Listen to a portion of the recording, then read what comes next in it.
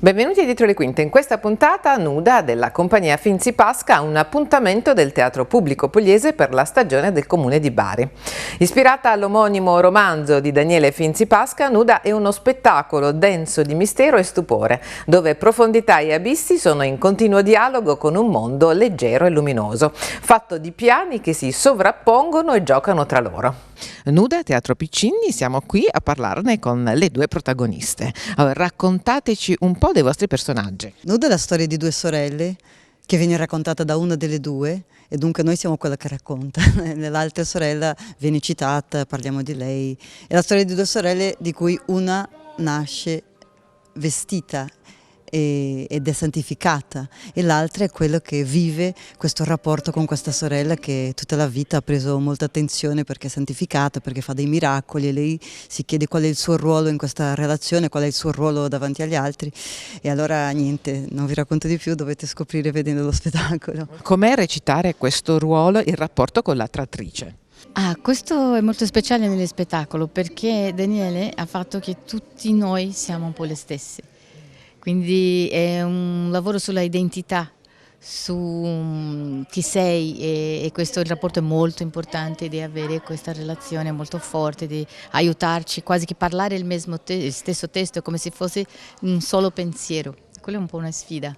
E questo è anche un teatro basato sulla clownerie, sul movimento, sull'immagine. Quanto è importante oggi questo tipo di teatro che possa avere un linguaggio nazionale ma anche internazionale, no? È per tutti. I nostri spettacoli di solito, una cosa che trovo interessante è che ci sono diverse possibilità di capirlo, capire, no? Come si dice? Apprendere. E dunque ci sono dei bambini che vengono a vedere lo spettacolo e sono coinvolti non solo dalle immagini ma a volte anche del testo, fanno delle domande, ma cosa significa questa parola, cos'è questo? E dunque probabilmente hanno un rapporto loro con lo spettacolo, invece un pubblico adulto avrà un rapporto totalmente diverso. Secondo me l'immagine e le parole non sono le immagini che creiamo, non sono descrittive delle parole, sono veramente delle informazioni in più, sono dei sogni in più che appaiono e dunque lo spettatore spesso è confuso tra vedere, ascoltare, ma secondo me si deve semplicemente lasciare andare, come nella vita un po', che mentre sono qui che parlo con te capisco tutto quello che sta succedendo attorno ed è così, non è un teatro focato che dobbiamo stare sempre molto molto attento a una cosa per capirlo, ma più che altro lasciarsi portare dalle sensazioni, dalla bellezza, delle parole belle, dei piccoli pezzi di storia che si capiscono e così andiamo in avanti senza aver troppo bisogno di capire tutto, di spiegare tutto. Parliamo un po' del rapporto con il regista. Come avete lavorato per impostare i vostri ruoli? Non è la prima volta che lavoriamo insieme, quindi sono rapporti di anni, di avere fatto workshop insieme, di imparare, di discutere, di riflettere. Quindi entrare per fare Nuda dopo leggere il libro e scegliere certi punti è un po' danzare tutti questi, mischiare questo linguaggio, no? Vedete che è molto molto visuale e anche con gli acrobati è molto bello questo scambio che abbiamo sulla scena, quindi è proprio danzare le parole e cercare di entrare in un certo disequilibrio più che equilibrio. E quello è un po' credo che quello che lavoriamo su questo, no? su scoprire ogni giorno come farlo. È stato così, un po' scoprire insieme cosa è questo danzare la libertà che questa Nuda, questo personaggio, è come spogliarsi e cercare tutta una vita per arrivare a un momento dove hai il coraggio di per la prima volta spogliarsi, quindi questo specchio che ha con la sorella ci aiuta un po' a parlare di questa dualità pieno di simbologie, quindi stiamo ancora scoprendo. 5 artisti interpretano uno spettacolo in cui la potenza teatrale si sposa con una narrazione poetica dal sapore onirico, teatro fisico e danza aerea. Due gemelle cresciute insieme in una famiglia eccentrica eppure così simile a quella di tutti, a volte si calpestano per poi riscoprirsi in un abbraccio pieno di gioia e libertà ritrovate. Come cambia lo spettacolo ogni sera? Il pubblico cambia, ma voi siete diversi sulla scena. Sentite magari una reazione diversa del pubblico per cui cambia lo spettacolo? Sì, lo spettacolo cambia, cioè lo spettacolo strutturalmente è sempre lo stesso.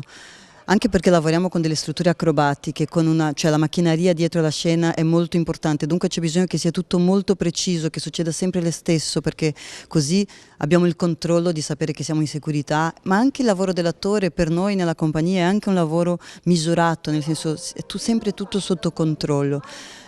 L'incontro col pubblico è dove c'è quell'iatto, quello spazio per l'adattamento, per ascoltare il pubblico e vedere se lo stiamo prendendo, se sono distratti, cosa dobbiamo fare per tenere l'attenzione, se il ritmo è giusto, se stiamo ballando insieme al pubblico, se stiamo lottando con il pubblico. Tutto questo è la novità, è quello che fa che sia sempre fresco.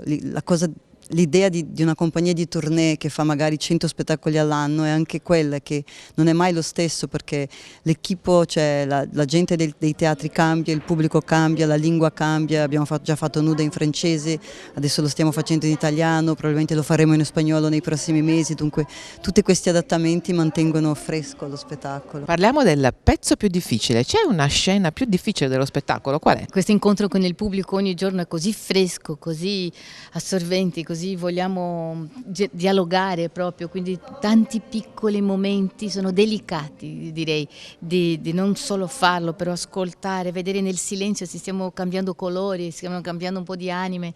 E adesso che faremo tutta l'Italia, sarà molto interessante, no? Ogni volta noi che siamo brasiliani, scoprire che questo pubblico che è gioioso, che viene con voglia, che gli piacciono il teatro, siamo molto molto contenti, ma sono pezzi molto molto delicati, vedrai che veramente vale la pena venire, perché quando si mischia musica, danza, acrobacia, parole, storia, diventa molto potente. Grazie mille per essere stati con noi. Adesso un saluto al pubblico di Dietro le Quinte.